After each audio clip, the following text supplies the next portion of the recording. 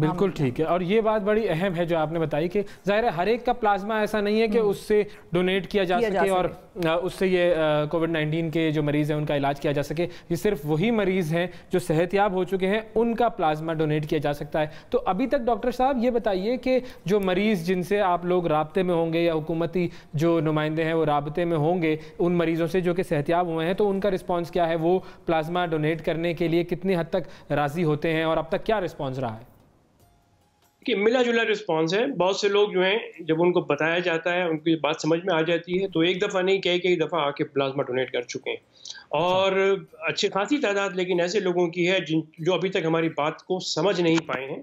تو ان کی آسانی کے لیے میں بتا دوں, یہ کوئی تکلیف دہ طریقہ کار نہیں ہے پلازما پروسیجر نکالنے اگر بتا دیں گے تو لوگوں میں مزید جو کنفیوژنز ہیں وہ ختم ہو جائیں گی. ٹھیک ہے. پلازما دینے کے دوران آپ کو کوئی تکلیف نہیں ہوگی, پلازما دینے سے آپ کو کوئی کمزوری نہیں ہوگی, آپ کو کوئی نقصان نہیں پہنچے گا. وہ لوگ جو ملٹیپل ٹائم پلازما دیتے ہیں اس کورونا سے ریکور ہونے کے بعد, ہر ہفتے میں ایک دفعہ پلازما دے سکتے ہیں. زیادہ سے زیادہ 4 یا 5 دفعہ آپ پلازما دے سکتے ہیں اور آپ کو کوئی نقصان نہیں پہنچے گا. یہ پروسیجر تقریباً 45 منٹ سے 1 گھنٹے کا پروسیجر ہے پلازما نکالنے کا.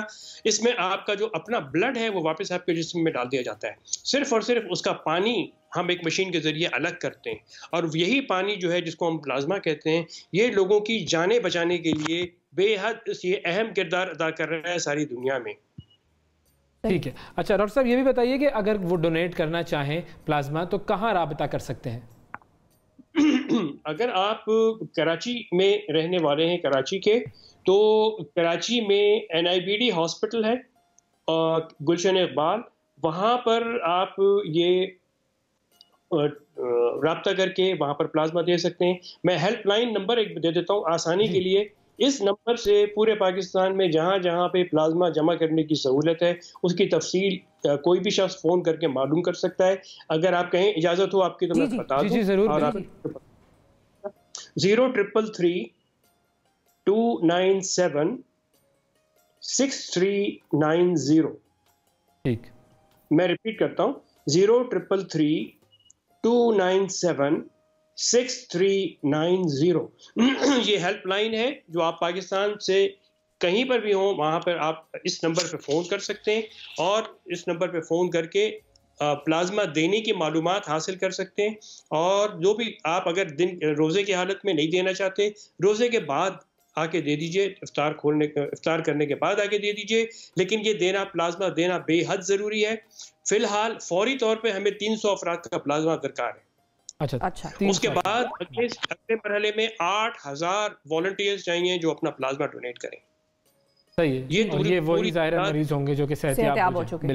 بالکل ٹھیک. تو یہ جتنے بھی مریض جو اگر ہمارا صحت یاب ہو چکے ہیں اور اگر ہمارے پروگرام تک کے ذریعے یہ بات ان تک پہنچ رہی ہے تو وہ صرف وہ آیت یاد کر لیجئے کہ جس میں اللہ تعالیٰ فرماتا ہے کہ جس نے کسی ایک انسان کی جان بچائی اس نے پوری انسانیت کو بچایا. تو وہ جو پوری انسانیت کو بچانے کا عمل ہے, اگر اللہ تعالیٰ آپ سے وہ لینا چاہ رہا ہے تو اس سے بڑی سعادت کی بات کیا ہو سکتی ہے. ضرور کال کیجئے اس نمبر پر جو ڈاکٹر صاحب نے بتایا ہے. اپنا پلازما آپ 4 یا 5 مرتبہ دے سکتے ہیں تو آپ اپنا پلازما دیجئے. اور جیسا کہ ڈاکٹر صاحب نے کہا کہ اس میں کوئی تکلیف کی بات نہیں ہے, کوئی پریشانی کی بات نہیں ہے, تو بس پھر تو مطلب یہ تو فوراً آپ کو جانا چاہیے اور اس عمل کا حصہ بننا چاہیے. اللہ تعالیٰ آپ کو اس کا جتنا اجر عطا فرمائے گا اس کا اندازہ لگانا بہت ہی مطلب مشکل بات ہے. اچھا ڈاکٹر صاحب ایک اور چیز یہ بتائیے گا کہ اب چونکہ اس مرض کے حوالے سے بھی نئی باتیں سامنے آ رہی ہیں, یہ نئی چیز بھی سامنے آئی ہے, ان لوگوں کی بھی ہلاکتیں ہوئی ہیں کہ جن میں کرونا کی علامتیں نہیں تھی, ان لوگوں میں بھی بیماری ڈیٹیکٹ ہو رہی ہے جن میں وہ علامتیں نہیں تھی جو کامنلی بتائی جاتی ہیں. تو اس حوالے سے کیا معاملہ ہے, کیا نئی چیزیں سامنے آ رہی ہیں اور کیا جان پائے ابھی تک ہم اس بیماری کے بارے میں اور اس کے علاج کے بارے میں؟ دیکھیے یہ کورونا جو ہے یہ پوری نسل انسانی کو ہر چیز زندگی گزارنے کا نیا ڈھنگ سکھا رہا. اسی طرح سے جو میڈیکل کا شعبہ, ہیلتھ کیئر کا شعبہ ہے, اس کو روزانہ ایک نیا اپنا رخ دکھا رہا ہے, نئی چیز سامنے آ رہی ہے. اور یہ بات بالکل حقیقت ہے کہ جو سڈن ڈیتھ والے جو معاملات ہیں جو ہم نے دیکھے بھی ہیں, ایک ڈاکٹر صاحب جو پچھلے اتوار کو جن کی ڈیتھ ہوئی ہے, ایگزیکٹلی یہی تھا ان کا, بہت شارٹ ہسٹری تھی اور چند گھنٹوں کے اندر وہ ان کا سانس آنا بند ہو گیا. اس میں ہو یہ رہا ہے کہ پہلے جو سمجھا گیا تھا کہ یہ سانس کی جو تکلیف ہوتی ہے یہ اندر سوجن اور پانی جمع ہو جانے کی وجہ سے ہوتی ہے.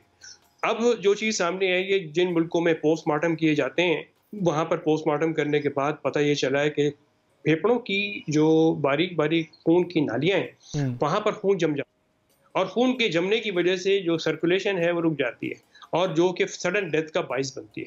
اور اسی وجہ سے خون کو پتلا کرنے والی جو دوائیں ہیں وہ شدید بیمار مریضوں میں لازمی طور پہ اب اسٹینڈرڈ آف کیئر بن گیا ہے، وہ دینی شروع کر دی گئی ہیں. تو اسی طریقے سے اب یہ دیکھا گیا ہے کہ کچھ بچوں میں کچھ الگ طریقے سے بیماری سامنے آ رہی ہے، بڑوں میں بھی کر رہی ہے بیماری. اور دل کا تو ہمیں پتہ ہی ہے کہ مایوکارڈائٹس کرتا ہے، پورے دل کے اوپر سوجن پیدا کر دیتا ہے، گردوں کو خراب کر دیتا ہے یہ وائرس.